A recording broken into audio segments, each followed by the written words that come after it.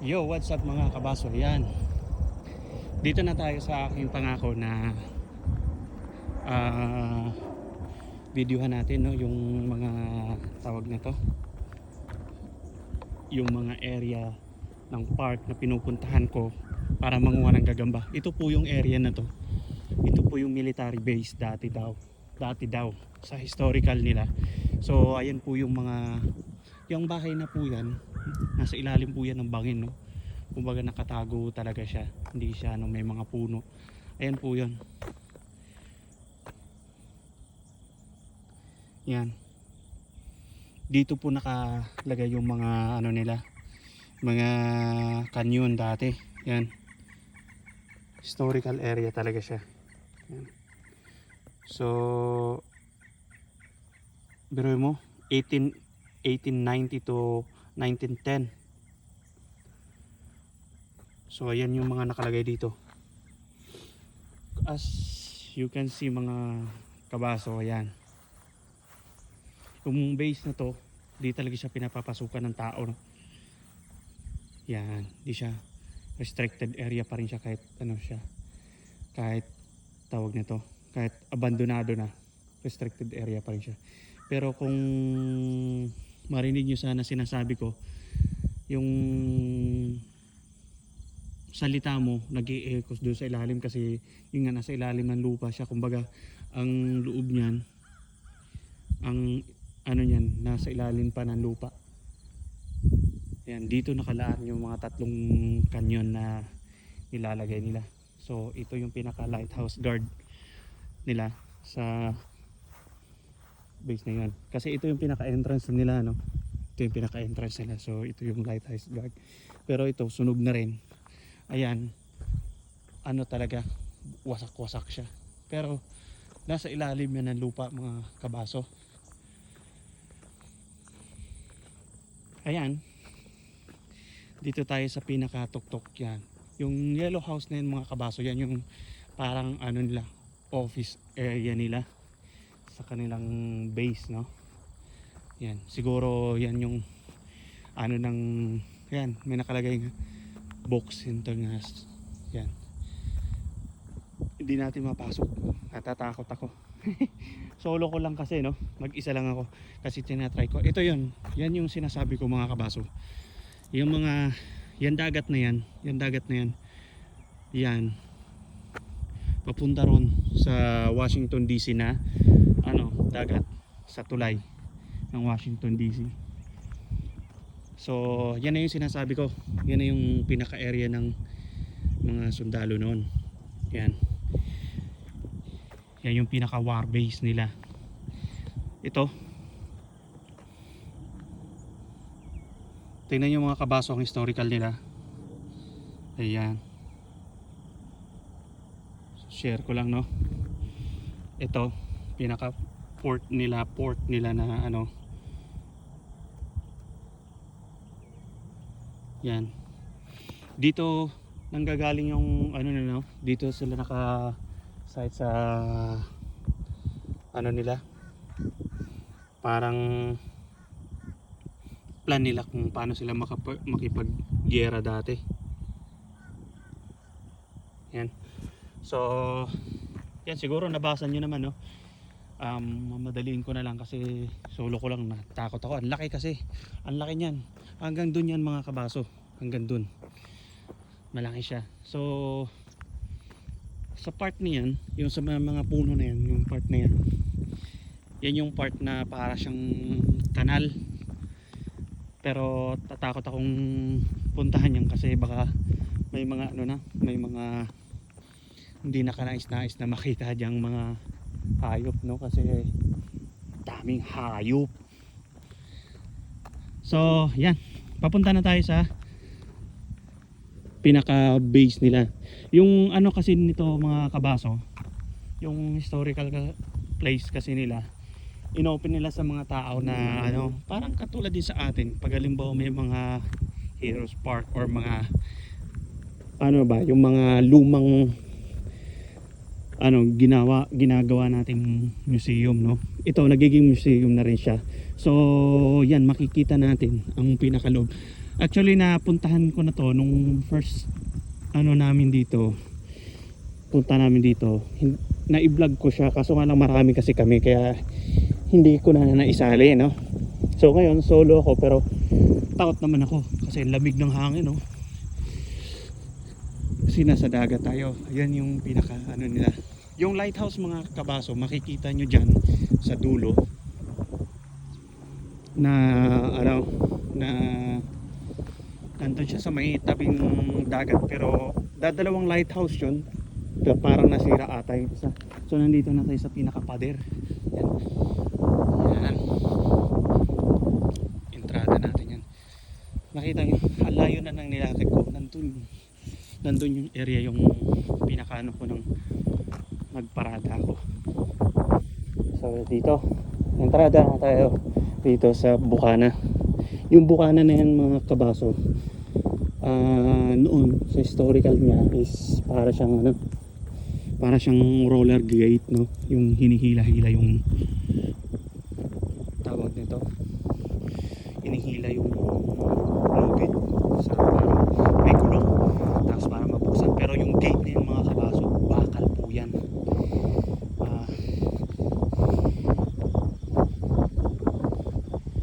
Yan.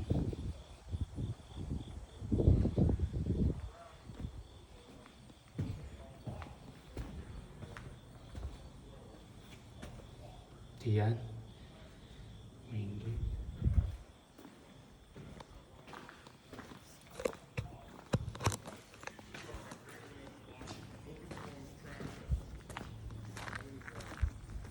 Hi, sir. How are you doing? Good. Thanks for coming by and visiting us. Yes, sir. This is my first time. Excellent. How's your day, sir, ma'am? It's been excellent. It's been excellent. So can I go ahead there? Oh yeah, you go ahead, walk around, take some pictures. This was the first permanent defense of Washington, D.C. That's why the fort was built.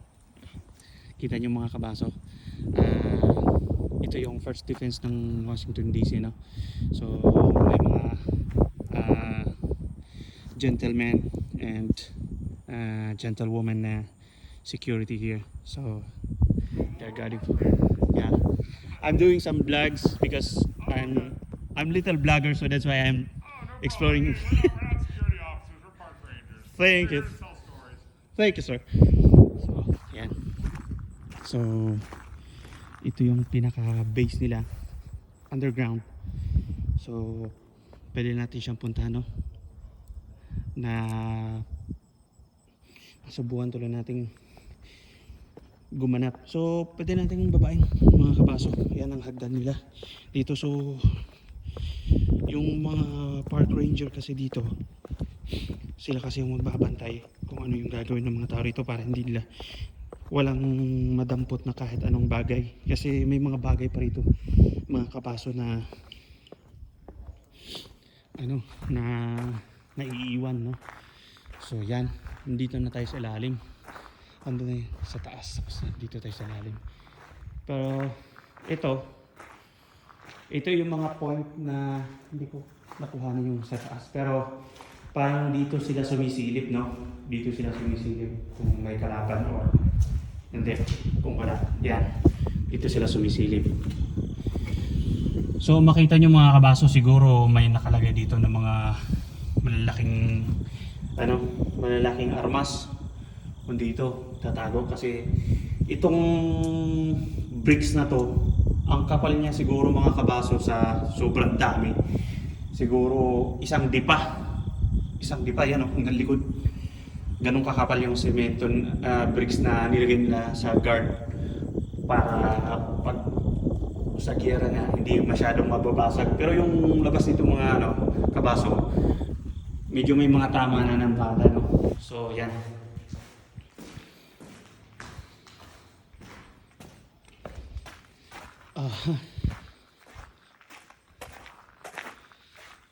Yan. So ito nga, itong mga guard nito area, 1, 2, 3, 4, 5, 6, 7, 8.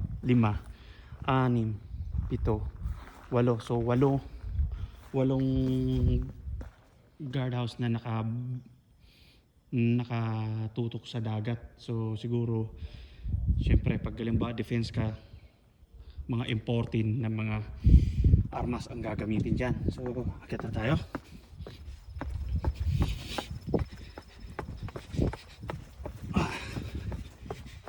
Medyo mataas siya mga kabaso, hinihingal yung taba ko.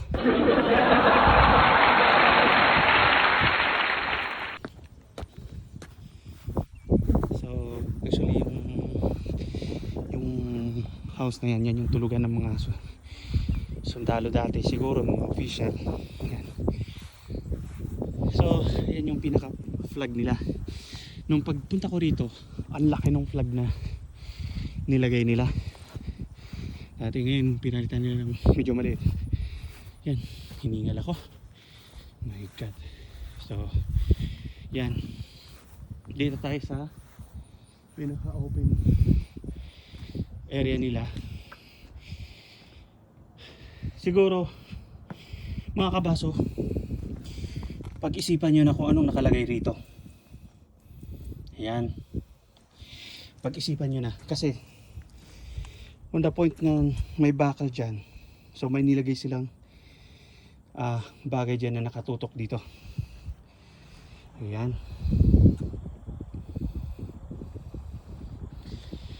So ilang bakal po yan? Lahat to. Lahat to. May mga bakal. So it means may nakalagay ditong bagay na either canyon na nakatutok sa dagat. Yan po yung pinaka lighthouse nila, mga yung sinasabing parola. Yan, meron dito yan, pero hindi siya hindi na siya mapasukan kasi masukal na. Nakita nyo ang first defense nila na nasa unahan, tabi ng parola mga kabaso. Durug-durug talaga siya. Yan, durug-durug.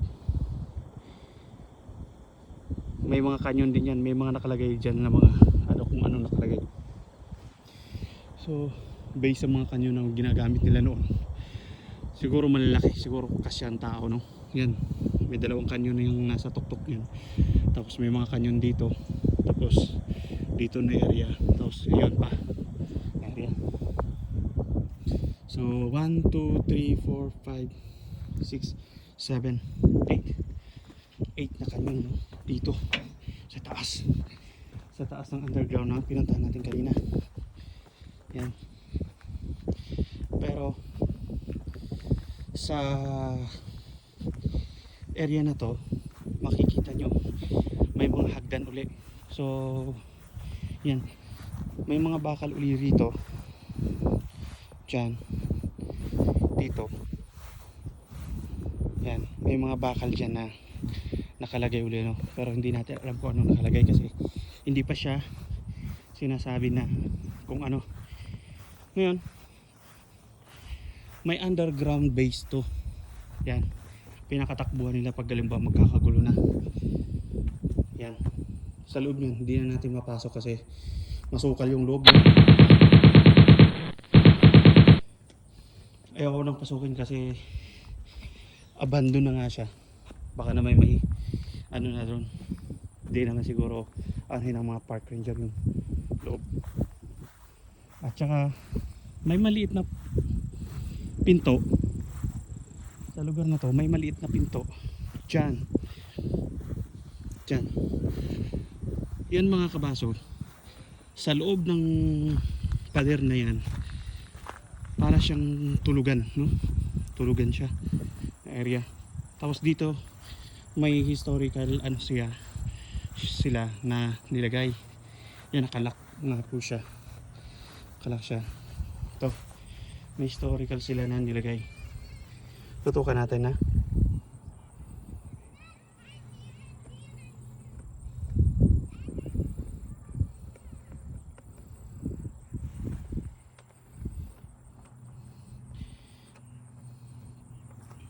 yan. So pero nyo, pinapasok ako rito na wala akong mask kasi dito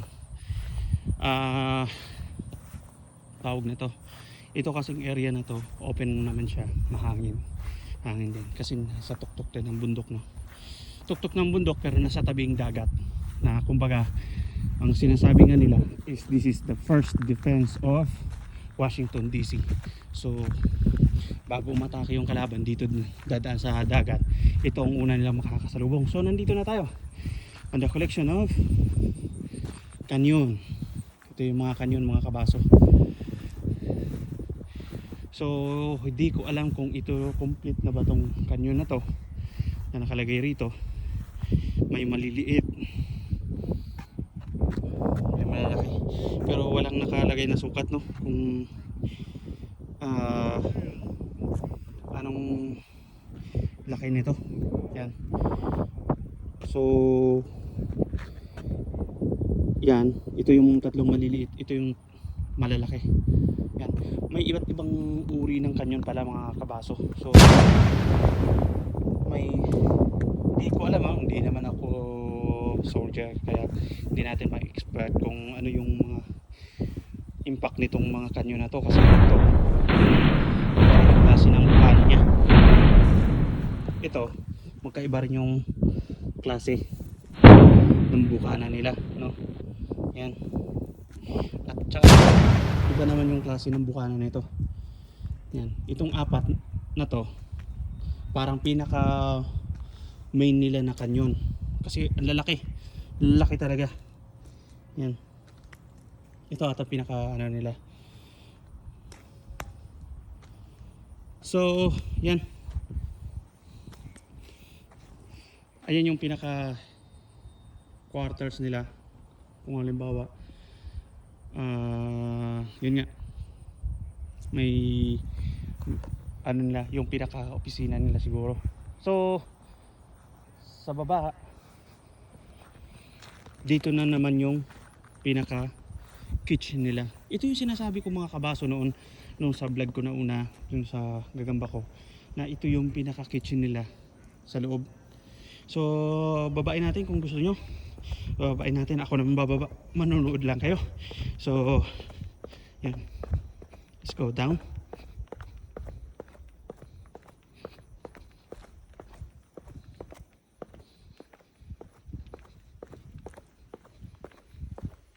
So yan, ito yung pinaka kitchen nila na, isa, dalawa, tatlo,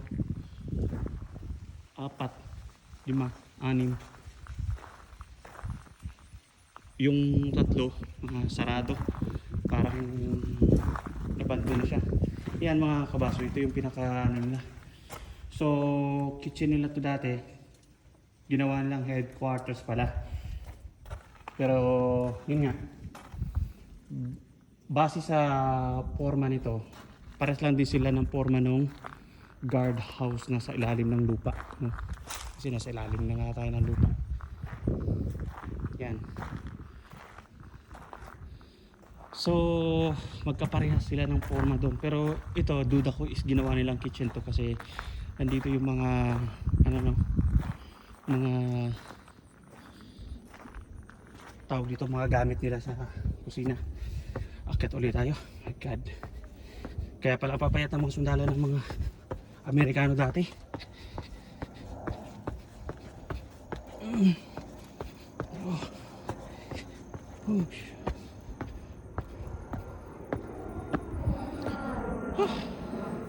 Mga ngayayat ata ko, mga kabaso to dati.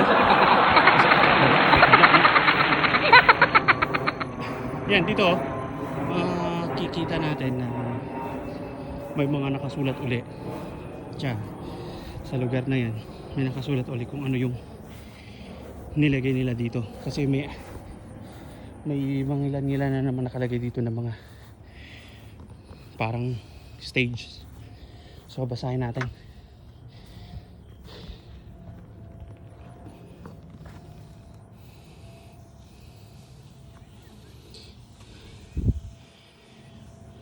So yun nga, hindi ako nagkamali na ito is lagay nila ng kanyon. Yan, lagay nila ng kanyon. Yan, yung mga base na yan. Tsaka Mga kabaso, paano ko kaya pupunta yung mga yun? Andun.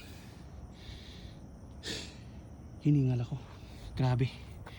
Taas ng mga inaakit ko. May daanan yun mga kabaso. Dito. Dito. So, try natin. Mamaya. Balikan natin. Punta muna natin yung pinaka-sentro kung saan makikita ang lugar ng area ng Washington DC sa lugar na to. Kasi yung area na yun medyo tanaw talaga siya. Tanaw lahat. So, to.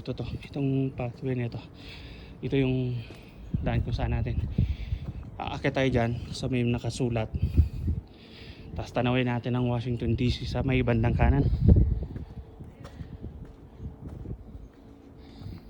So, ayan.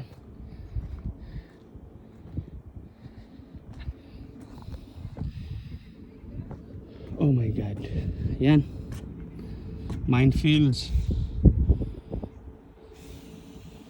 Siya.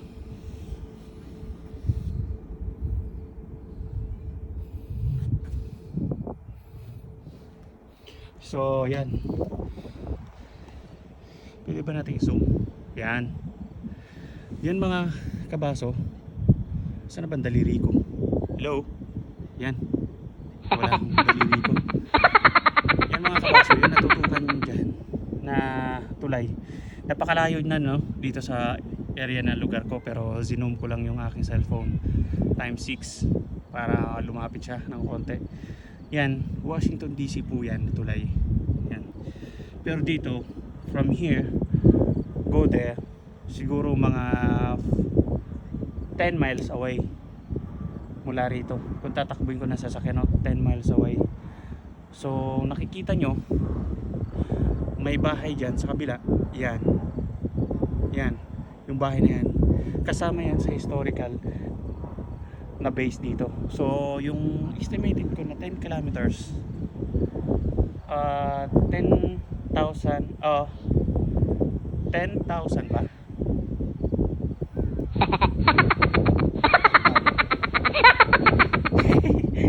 Nawala din ako. So, yun nga. Basta 10 hectares. 10 hectares pala. Yan. Ito na yung kabuuan. Kasama yung bahay-bahay na sa point ko. So dito, ito yung pinakabukanan ng dagat.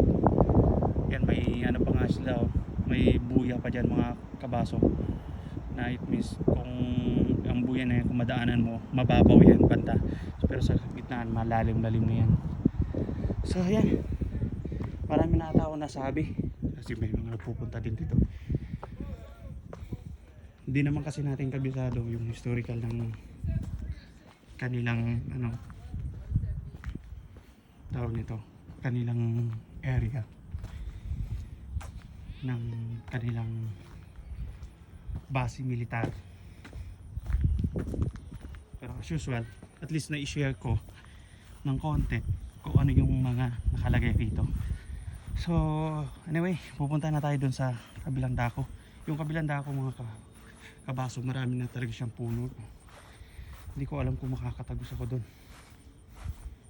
Pero at least yeah, underground po siya.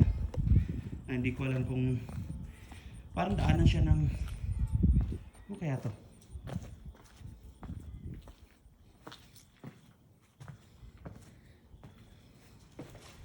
Yan. May mga mesa. May pugon. Yan. May mga mesa din. May pugon. Pero, yun nga, may umpire, ano din sila. Silipan. Yan. So, labas ako. Kasi, kinikilabutan ako. Ito yung vlogger na kinikilabutan sa loob ng kanyang binablog. Ito. Ito yung area nila mga kabaso kung saan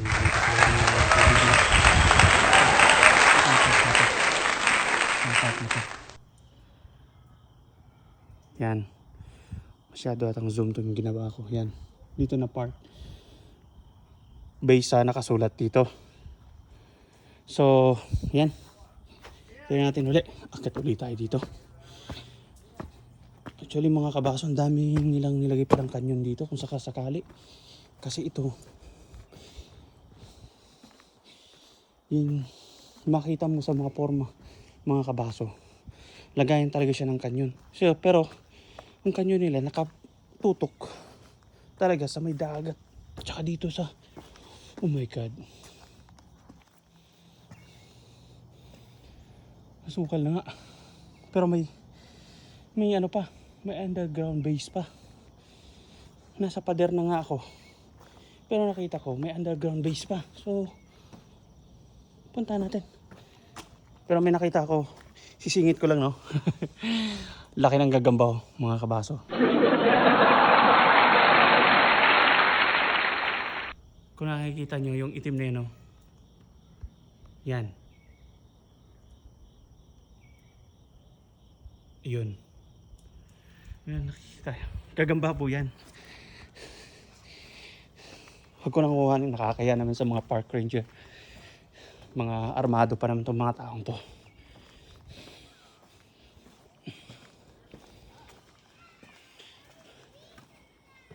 Kaya kung tutuusin mo mga kabaso, powerful talaga yung mga tao dito, no? Ito na. Sa looban.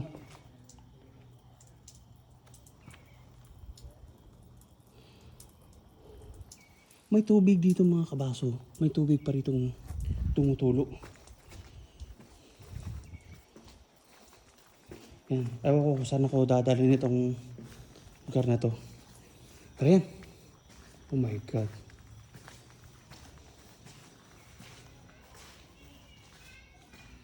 Nakalak kasi siya, no? Sayang. Nakalak siya. Para siyang tunnel. Napaloob. Yan. Parang takbuhan nila doon sa may kabilang base. Nakalak kasi siya. Siguro may mga gamit pa ron na nilagay.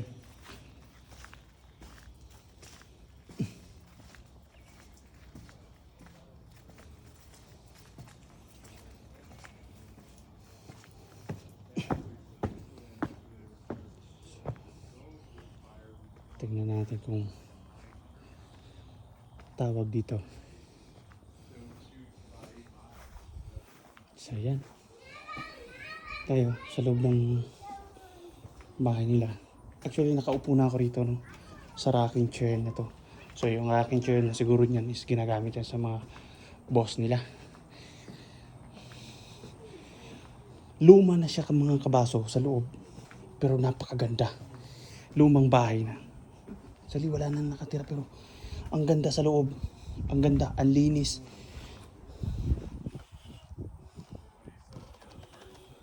Ang linis. So, natin.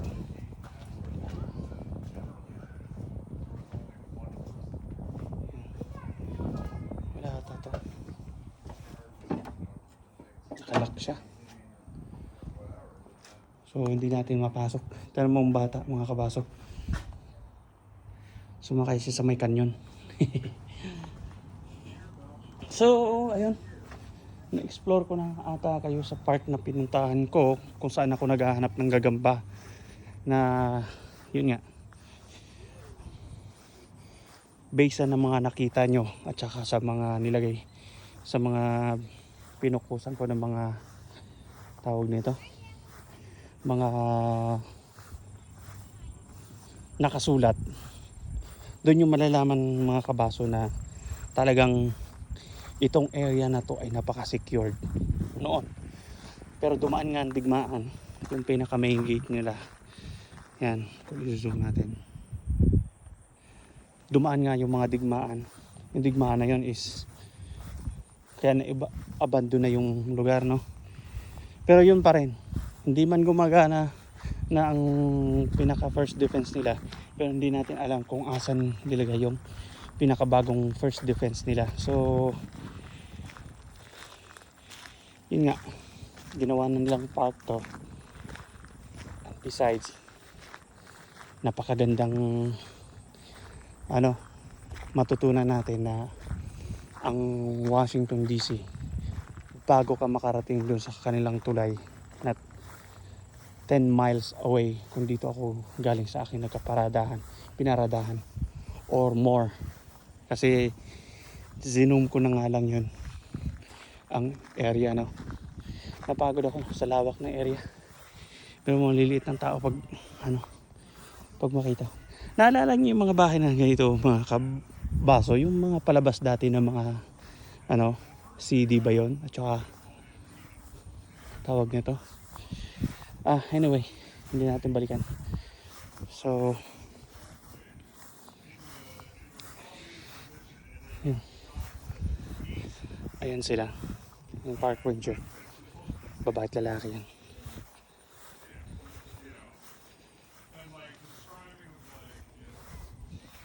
Hello sir. Hi ma'am. Did you have any questions for Yeah, actually I have a small questions regarding for this is the, you call that this is the first defense of Washington first DC, yeah? permanent defense of Washington, D.C.? So where's the Washington DC defense now? Oh, The new one, the new one. Oh, okay. Well, Washington, D.C. is 13 miles up, but defenses of Washington, D.C. have changed greatly in the modern era. Mm-hmm. So this was fort was built at a time when a foreign power would attack the United States using sailing ships. Mm-hmm. Those ships' guns had a range of about a mile. Okay. You know, with something with only a range of a mile, we're on a river. This is the main highway into the city. One fort will do it. Mm-hmm. Nowadays, the United States' defenses are actually kind of spread out all over the place. Like, we're not worried about a fleet of sailing ships. Mm-hmm. We're thinking about threats like, intercontinental ballistic missiles. Mm-hmm. You know, those are there's SAM missile batteries. There's radar intercept stations. So those are spread out all across the United States. A lot of it's with the Cold War. They got spread out along like the northern frontier with Canada. We're also concerned about, say, a naval attack, but there's not really a fort that protects us anymore. We have a deployed fleet, and we have allies to help us control sea lanes and monitor where other worlds' navies are. So there's really not a defense of Washington, D.C. There's not a point that I can say, oh, well, here's a gun battery or here's a bunch of troops, because war's just different nowadays. Yeah, agreed. Yeah. Agreed. So, what about the base on that side, that which is lock on that side, which is the point of the big trees, and behind they have The counterscarp battery. Well, that was a way that the fort defended itself from, say, troops trying to climb up the walls. The outer walls of the fort would protect us. But to make sure nobody climbed the walls, they did this thing. It was called a counterscarp battery, Okay. which is a really funny sounding word. But basically, what it is it's like a stone room. You lock a bunch of your infantry in there, so we can just open the door and get them. And in this big stone room, they've got little loopholes. They can stick their rifles out, and any troops running between them and the wall of the fort are kind of caught in a shooting gallery. Oh yes. And so that was a way to keep enemy troops from either getting right up to the wall, close to the wall, and putting an explosive, or putting up a ladder or a rope and trying to climb over. Okay, I understood. So, okay, excuse me, sir. I would just took to my Oh, no problem. language also. So, yun yung mga kabaso, no? In-explain niya yung mga area doon na kumbaga ano nga ang ginagawa ron pag halimbawa nag-transfer sila ng mga gamit, no? Doon sa wall na yun na hindi natin napasok. So, yun nga mga kabaso. Ang mga area na yun is mga restricted area na talaga. So, ito, actually, lucky tayo na pinapasok tayo dito ng mga to, at saka silang pinaka very good na nakita ko on this day sa aking vlog na yun, nakapasok tayo dito sa kanilang binabantayan. So, sir, what is your name? Adam Gressick, Park Ranger and Chief of Visitor Services here at Fort Washington. Okay, thanks a lot, sir, for your day and for your time to me. Thank you for visiting and enjoying your national parks. Yeah, appreciated more, sir, because now this is my first explore here in this area. So actually, I'll go around maybe somewhere, some areas that for tourist spots, something like that. Okay, Yeah. excellent, excellent. So this is my first time with my Very cool. colleagues there outside. If I may ask, what language were you speaking to your viewers? I speak some language for my country, which is I came from Philippines. Oh, okay. Oh, Yeah. So is that Tagalog? Yes, sir. Yes, sir. Very cool. Yes, sir.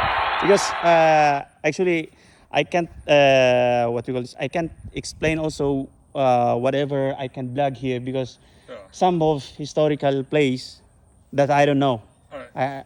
Some some bloggers they are reading books Yeah. for explanation. So that's why. Hello, ma'am. I just grabbed a couple of brochures for our other sites. In case Oh, okay. I appreciate it, ma'am. I appreciate it, And ma'am. also an interesting thing, if you're from the Philippines, so the like the big concrete structures you see around here, or like if you have audience in the Philippines, the big concrete structures, those are what we call Endicott batteries, is the name of the Secretary of the War when they were built. The United States built hundreds of them on our coasts up and down the east and west coast of the United States. We built them in the Panama Canal Zone, and we also built them to defend the approaches to Cavite and Manila Bay. And even though we built hundreds of these batteries, the only ones that actually fired against an enemy were the ones in the Philippines. Wow. And that was during World War II when the Japanese were invading. Oh yeah, that is same like nuclear, something like that. I'm sorry? Some like they're using for nuclear. Yeah. No. These were never nuclear weapons. When the Japanese fleet actually sailed into the approaches to Manila in 1942, and we had Endicott batteries, so basically big artillery guns. And there's even this really cool one. It's in the middle of the bay. It's called Fort Drum, and it was a little rock island. The Army covered it in concrete and built chambers and everything in it for the men to sleep and a mess hall and everything. And then actually mounted 2 battleship turrets. And so when the Army called it its unsinkable battleship, and they even built a little mast on it as kind of a joke against the Navy. But Fort Drum actually engaged Japanese forces, during the Second World War, and then had to be recaptured by the Americans when MacArthur comes back in 1944. So I was thinking about the history for World War II. Is there any chance that will become a World War III? Your guess is as good as mine. I'm just thinking regarding on that because why some of country or some like from Vladimir Putin, yeah. So they are also powerful base. So So, one of the things to look at, and with World War II is like it's really big in American minds. It's also probably in people from the Philippines. That was a major traumatic event that happened to that country. But a lot of World War II occurred because of what happened 20 years earlier in World War I. And I think World War II to some degree was just sort of a slow burn from 1918 that eventually flared up in the 1930s. yeah. Probably with your thoughts of will there be a World War III? Look at how World War I started. Leading up until 1914, the overall picture of Western Europe in particular was it was at peace. There was a number of small little regional conflicts, there was the Ottoman Empire was fighting with various little groups that had splintered off of it. The Balkan countries themselves, like Serbia and Greece and everything, they all kind of got into a big dust up. But that was all little limited regional fighting. Yeah. All the great powers of the world, though, even though nobody was actually shooting at each other, there was this massive arms race going on between the British and the Germans when it came to battleships, which were the biggest and baddest weapon system at the time. And then you also had all these countries getting into alliances with each other, which was we can't fight this country on our own, so we'll go get a buddy. And then we got all these sort of secret agreements, and everybody was tied to somebody else. And one small incident, which was essentially a terrorist act in 1914, the heir to the Austro-Hungarian throne is killed in Sarajevo by a Serbian nationalist. The Austro-Hungarians are like, oh, we're going to go invade Serbia then. Serbia happened to be buddies with Russia, who had an alliance with France. And the Austro-Hungarians had an alliance with Germany. And even though like the terms of the alliance didn't necessarily commit any of these nations to attack each other, because they existed, it kind of started this like really weird diplomatic ball rolling where it was like, okay, well, we're not going to invade, but we're going to mobilize. So we'll get all of our troops ready just in case. And then like the other countries like, oh crap, the Russians are mobilizing, we're going to mobilize, so we're going to get our troops going. And then the French, oh, whoa, all of you are getting your troops ready. We're getting, and so then all these like troops are now getting armed up. All these plans are getting, the envelopes are getting ripped open. It's like, oh, what should we do? Oh, well, the plan says invade France. Wait, I thought we were going to war with Russia. No, but the plan says invade France.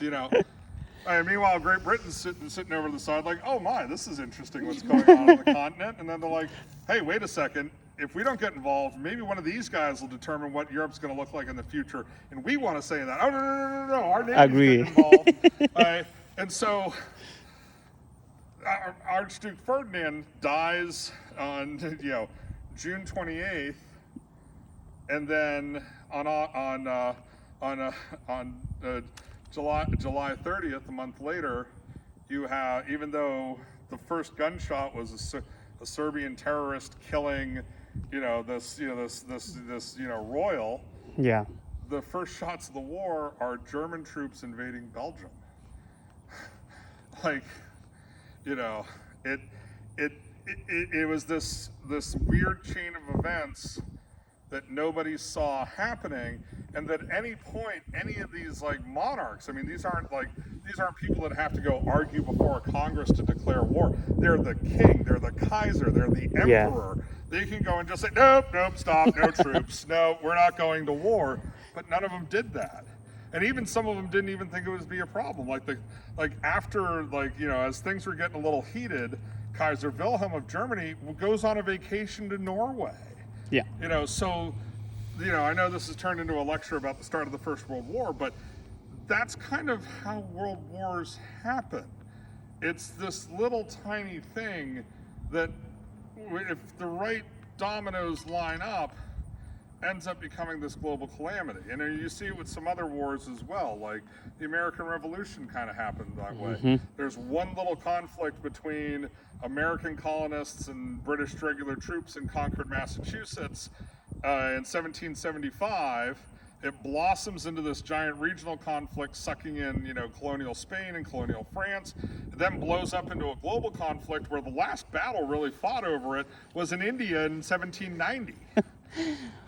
Nobody thought in Concord, as that Minuteman in Concord was getting ready to discharge. Yeah. He wasn't thinking he was kicking off a 10-year global or a 15-year global conflict. He just didn't want the British to burn Concord. And so, to answer your question, will there be a World War III? I don't know.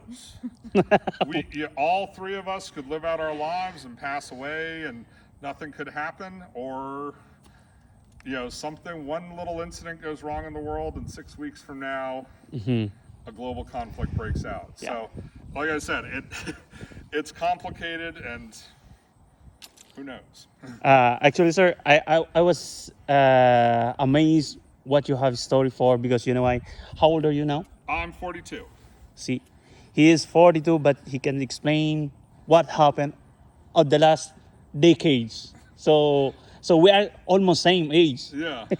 So I mean, this is what I've been studying most of my life, though. So So thanks a lot, sir. Oh, no problem. Ma'am, I hope I appreciate it for this day. Thanks so much for stopping by. For the information also. Okay. So I hope so that you can visit also for my vlogs and my YouTube channel, which is it means Mga Kabaso. Okay. I know that this is not familiar for you, but Well, we have a Facebook page. If you just send us a message, let us know. Yeah, sure. You it's can. Fort Washington Park. Okay. Yeah. Okay. So So thanks a lot, sir. Thanks, ma'am, and have a good day. we will. Yeah. Th- th- So enjoy this beautiful weather and thank yeah, you for enjoying appreciate your it. national parks. Appreciate it more. I cannot make you fist bump. Oh, hey, I gotcha. We just do this. Like. So thanks a lot, No problem. Have a and wonderful day. we take care always. I will. Okay. Ayan na mga kabaso, no? So, in-explain niya sa atin kung ano yung mga nangyayari. Tawag nito. Ano siya? 42 years old lang siya. Pero, ang historical na alam niya is napakaganda. Kita niyo to mga kabaso. Oh my God. Napakatibay. Hindi basta-basta babasagin ng kanyon. So, ayan, palabas na tayo. Dumugo yung ilong ko kasi ang dami niya nang sinabi yung mga kabaso na hindi pa natin alam. Pero at least nakapag-explain siya. Pero yun nga, tinatanong natin kung ano ba ang mangyayari in the world. Kung may mangyayari bang World War III kasi syempre naisama ko lang yun sa question kasi regarding sa ano nga ano na pala dito. So kumbaga itong first base ng defense ng Washington DC is binago na, ginawa na siya museum. Tapos yun nga, approximately is 10 miles away ang layo ng panibagong first defense uli nila. So yan, binigyan tayo nito.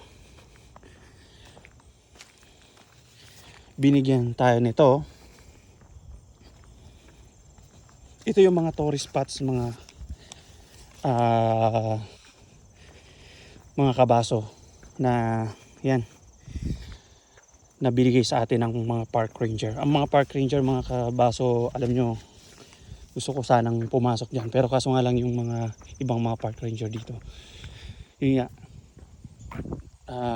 naaabuso yung iba. So ito, yan.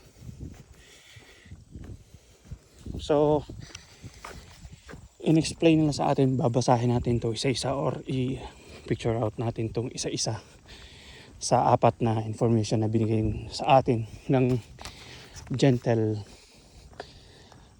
lady na yon. Ayan. So mga kabaso, napakaswerte natin ngayon kasi may nakakausap tayo ng mga gwardiya. Pagod na ako sa layo ng aking nilakad. Pero okay lang. Worth it naman. Kasi nakuha natin yung isa pang park ranger, mga kabaso. Yan. Lalakad na. Worth it naman kasi yun nga, nabigyan tayo ng information regarding nga sa mga nangyayari at saka sa mga mangyayari pa. Ay. Ano ba itong pinasukan ko? Palabas pa lang ako mga kabaso pero hindi ko na makita yung base, no? Kasi pabundok palabas yan. So yun mga kabaso, maraming salamat sa kapanood nyo sa aking vlog na to. Sana masiyahan kayo sa information na binigay sa atin ng isang Englishman na pinapaliwanag niya yung war or yung part na pinuntahan natin. So hanggang dito na lang and bye bye. Yo, what's up mga kabaso? Yan. Balik ulit tayo sa ating pinupuntahan na area. Kasi yun nga, napagod ako kanina mga kabaso. Siguro, ang layo nung nilakad ko. Mga 2 miles din yun. Napagod ako kasi nakipag-usap ako. Ewan ko, sino ang talunan? Sila o ako? Dugo-dugo ata yung English na ako. Hindi na nila kasi ako maintindihan. Pero okay lang. Choice to experience mga kabaso kasi at least nasiyahan ako sa information na binigay niya sa akin. Kasi pangalawang time ko na yun na pumunta ron sa lugar na yun. Pero yun nga, nabigyan niya tayo ng information regarding kung ano yung mga nakalagay doon sa part na yun. So at least na-share ko sa inyo na tinupad ko yung promise ko na yun nga, kukuha tayo ng pagkakataon na ma-vlog yung area na yun na kung saan dito ako nagkukuha ng gagamba, no? So yun, successful tayo kasi may na-interview naman tayo. May nakuhanan tayo ng mga tao. Park ranger na sila na yun. Na-explain sila sa akin kung ano nga ba ang purpose ng first defense ng Washington DC. Yan. So balik ulit tayo sa ating panggagamba. Kahit makakuha lang ako ng dalawa mga kabaso, okay na ako. So, ang dalawa na yun. Please. Natupad ko na yung pangako ko na i-vlog ko ang park na kung saan doon ako kumukuha ng gagamba. Yan. Lucky for today kasi ang lakas ng loob ko para akong lasing na nakapag-interview ako sa kanila or nakapagtanong ng kahit paano eh. Kahit paano naintindihan nila. Pero ako kaya naintindihan nila. Basta panoorin nyo na lang yung vlog ko. Ngayon maglalakad-lakad lang muna tayo. Dandahan. Ayoko munang mag-ariba-ariba na kumuha. Kung may madaan lang tayo na klarong-klaro. Yan, saka natin kuhanin. Kasi yun tawag nito. Napakagandang experience mga kabaso na yun nga, na i-vlog natin ang isang lugar na historical place na which is kinakatawan or kumakatawan sa isang lugar ng base or defense ng Washington DC. Yan. Actually, yung experience na yun, napaka-good na sa atin yun. Kasi at least na-i-share ko sa inyo, nakita nyo kung ano nga ba at gaano nga ba ka-powerful yung United States. So, ayan. Pagod na pagod talaga ako mga kabaso. Ang lakad ko ngayon para akong naglalakad sa isang pasipa-sipa na lang. Pero, kaya yan. Yeah, boy. Yeah, boy.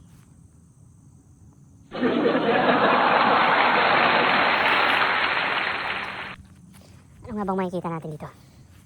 Gagamba. Meron pa nga ba? Nakikita dito.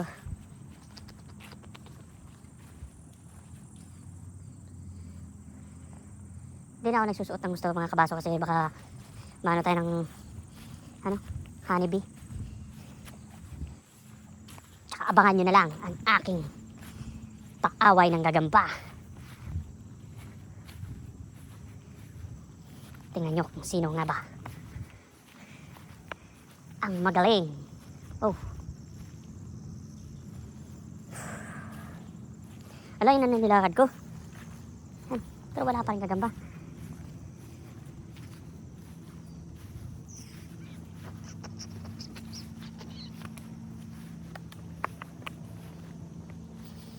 So yun, part pa rin to ng park mga kabaso ha, yung mga dinadaanan ko, part pa rin to. Part pa rin to siya ng park na pinunta. Part pa rin to siya ng park na pinunta. Bale, ngayon nagsusubaybay lang ako sa area na to. Yung buhok ko para ng ano? Para na akong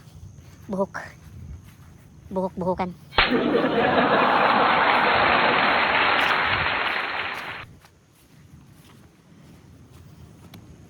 Kaupo nga muna.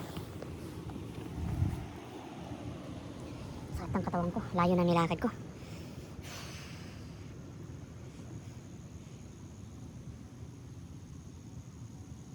So, ayan.